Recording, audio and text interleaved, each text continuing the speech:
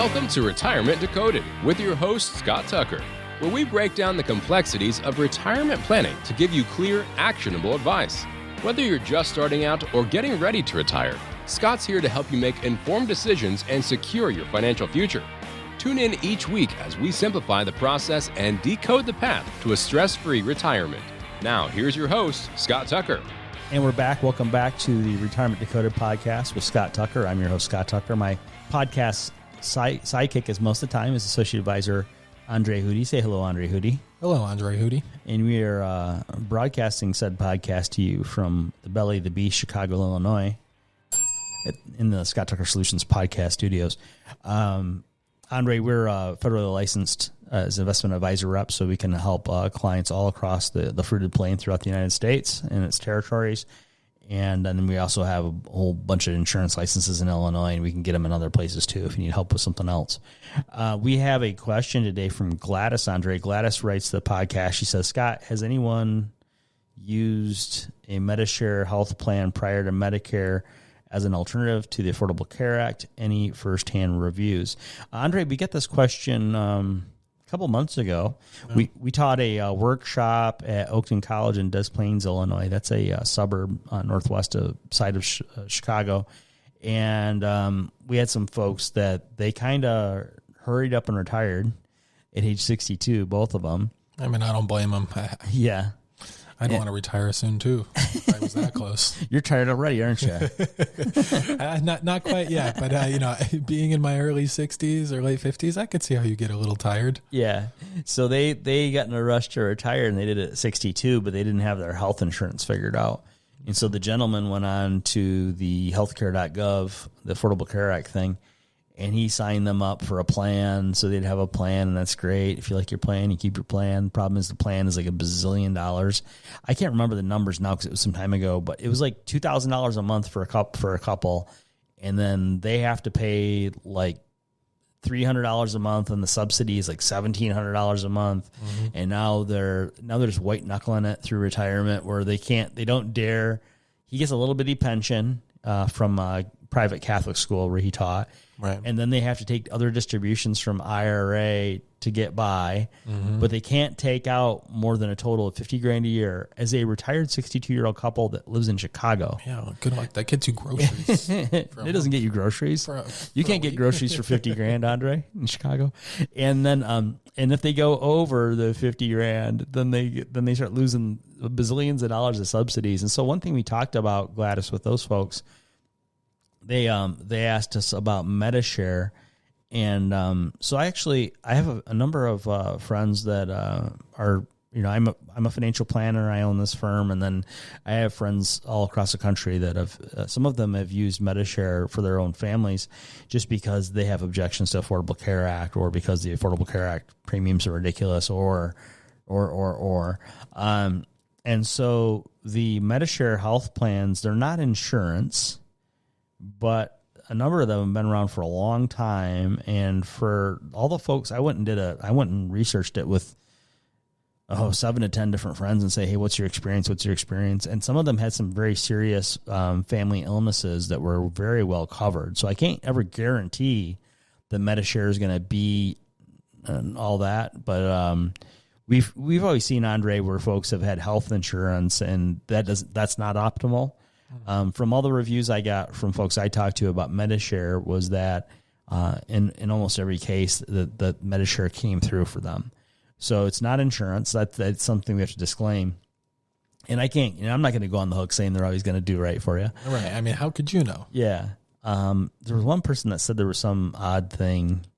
I think one thing you want to look out for, and all these plans are going to be different. I think it's now a couple months back in the memory banks. Somebody had just gotten on the plan, and I think on the Medishare there can still be exclusions for pre-existing conditions to protect the Medishare program. And so they had a kid or somebody in the family that needed some surgery right away. Well, that if you remember back before the Affordable Care Act, that's the way those programs, the regular health insurance used to have that same thing. You can't just sign up, I've got a heart problem on Tuesday, and on Wednesday I'm getting open heart surgery, that kind of thing. Right. Well, I mean, it's basically all the other policyholders are paying your your medical bills there, right? Because how is that fair? You found out last week you're sick. Today you get health insurance. Tomorrow you get $1 million claim. Yeah. Only paid $50. Well, that's the way regular insurance works anyway. There's been some stuff back in the middle of the election season for president this last time. There are all these allegations made. One of the sticks in my mind is there's the allegations made that the grocery stores are ripping us all off. Oh man! But then I looked up in our area in Chicagoland. There's a chain called Mariano's, and it's been purchased by Kroger years ago. And so it's owned by Kroger. And so I looked up what's the profit margin of Kroger, and it varies year to year. But Kroger operates on only a 1% to 2% profit margin. So it's not the grocery stores marking up the groceries, making the groceries unaffordable. It's all the input costs. Yeah. And some of that also, another thing too, is just, you increase the money supply, the number of dollars in circulation by 40% in a short time. That's going to make everything cost more. Well, that and property taxes in Illinois, right? They just keep going up and up. Well, Andre, let's not derail me. So we're talking. I was talking about the Kroger, right, about them having a 1 or 2% profit margin. So it's not the grocery stores that make the groceries expensive. The next analogy I was going to give Andre was that the Christian Medishare works very much like an insurance company, although it's not an insurance licensed organization. So it's not technically insurance. Right.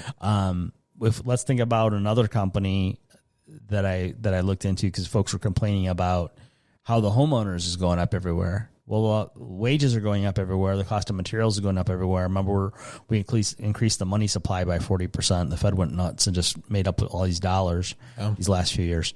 So Progressive Insurance, they're around a 10% profit margin, which is in a way pretty healthy, in a way not a lot of money to make 10% profit to stay in business, and and to have some profits. Imagine if you had a business and you wanted to be profitable. Oh, that's wild. I've never heard of that. If you're not profitable, you won't be in business, right? You got to have profit or you're going to go under, and then you got to lay off all those buggers and you got to cancel those policies. So to say if Progressive has a 10% profit margin, really it works like the Medishare does.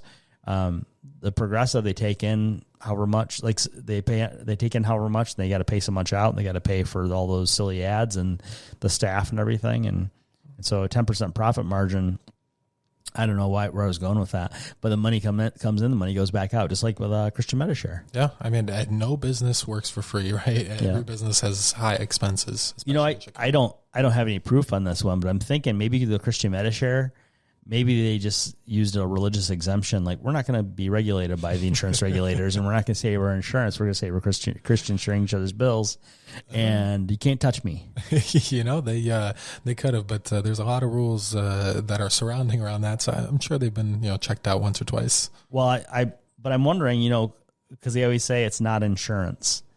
And so how would it not be insurance? It would be if you said we're not insurance, and then we're claiming some sort of a religious exemption where it's a part of our First Amendment right under our freedom of religion to share medical bills with one another. Right. And but that's a heck of a deal, Andre. It's like, hey, Andre, be my friend. Here's my medical bill. But that might be the oh, you know what? In the Affordable Care Act, that's right. Back in 2010, when the Affordable Care Act was passed, there was a clause added there, a paragraph or whatever, in the Affordable Care Act saying that Christian Medishare would be allowed under the Affordable Care Act. Although the Affordable Care Act is federal legislation, and health insurance is a state regulated business. That's weird, Andre. Yeah, there's a lot of weird stuff here. A lot of weird stuff. Andre, do you ever think about, do you ever see the George Costanza thing on Seinfeld where he started the People Fund, Money for People? Yeah, I have. I was just thinking about the religious exemption thing, maybe for Christian Medishare, or it's written in the Affordable Care Act. But Andre, have you ever thought about starting a church, and then it's the Andre Hootie Church? I mean, I wouldn't mind actually. Just coming to. I already do radio on Sundays though. Having to do church too. You'd have to do. You could get on the Christian station here in Chicago, and you could have a different podcast. But I was thinking maybe you'd want to do that, start your own church, and then you have tax-free income. Hey, I mean, any way I can get tax-free income, sign me up. Although now I need to think about that. Is that the church business, the church would be tax-free, and then the Andre would be taxed? Probably. I'd have to become the church. You'd have to become. You can't become a church, Andre. Well, you can be the head pastor guy. Right, I guess. That's a weird title, though, isn't it? Head pastor guy? Well, aren't clergy members tax exempt? I don't know now. I could swear. Yeah, actually, no. I've run into it before, and now I've already forgotten about it. I think they still have to pay income tax, but not the church doesn't. I've only run into clergy members a couple of times as for in this capacity. Yeah, it's been a number of years now. Yeah, it's been a little while since I looked into that. But if you're in the clergy, you can be exempt from Social Security contributions and also the Medicare taxes. The problem is you don't get the Social Security or the Medicare. Right. I don't know if it's worth being exempt. For maybe I just say here's my couple bucks, and the hard one. Of course, it could be difficult if you didn't save properly to not have the Social Security. That can be difficult. But one of the really hard ones is if you don't have money for medical care when you're 65 and who doesn't have medical bills then? Yeah. Well, and it only gets worse the older you get, the more life experience you get. The more life experience you attain, Andre. It just gets that much more expensive. It's it's not cheap. So definitely, worth saving for, need to save for it and plan for it. Oh goodness. It's so depressing, Andre. I know, I'm full of good news today. Oh, geez. Well, Gladys, if you or anybody else has a question about Medishare, health insurance, Andre and I are both licensed in Illinois for health insurance and that, and we'd be happy to go through it with you. We also have a full-time Medicare broker here, and we have there's this under 65 market, so people who are not yet 65, we have a health insurance broker for the under 65 market too, because that's different, before you get to Medicare. If you'd like help with any of that, just go ahead and go to tuckerretirement.com. At tuckerretirement.com, you can see our phone calendar. You just schedule 15 minutes for free with us in the coming week over the telephone. We'll get your question and answer, Andre. And your answer's questioned. At tuckerretirement.com. Well, this has been Retirement Dakota with Scott Tucker. Go ahead and give the podcast 5 stars someplace, or just share it on the face page. The more you share it, the more we get this nonsense out there, Andre, don't you think? Yeah, and the more people learn, because this isn't a common topic that's talked about. Yeah, the more you know. Retirement Dakota with Scott Tucker. We'll see you on the next episode. Scott Tucker Solutions, Inc. has a strategic partnership with tax professionals and attorneys who can provide tax and or legal advice. Neither the firm nor its agents or representatives may give tax or legal advice. Individuals should consult with a qualified professional for guidance before making any purchasing decisions. A Roth conversion is a taxable event and may have several tax-related consequences. Be sure to consult with a qualified tax advisor before making any decisions regarding your IRA. The views and opinions herein are those of Scott Tucker Solutions, Inc. and do not necessarily reflect the views and opinions of AE Wealth Management, LLC. Investment advisory services made available through AE Wealth Management, LLC. AEWM and Scott Tucker Solutions, Inc. are not affiliated companies. Insurance products are offered through the insurance business Scott Tucker Solutions, Inc. Scott Tucker Solutions, Inc. is an investment advisory practice that offers products and services through AE Wealth Management, LLC, a registered investment advisor.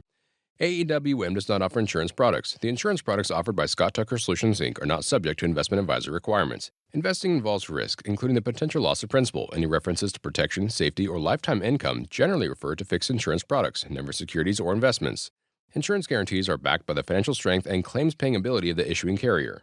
This podcast is intended for informational purposes only. It is not intended to be used as the sole basis for financial decisions, nor should it be construed as advice designed to meet the particular needs of an individual situation. Scott Tucker Solutions, Inc. is not permitted to offer, and no statement made during this podcast shall constitute tax or legal advice. Our firm is not affiliated with or endorsed by the U.S. government or any governmental agency. The information and opinions contained herein provided by third parties have been obtained from sources believed to be reliable, but accuracy and completeness cannot be guaranteed by Scott Tucker Solutions, Inc.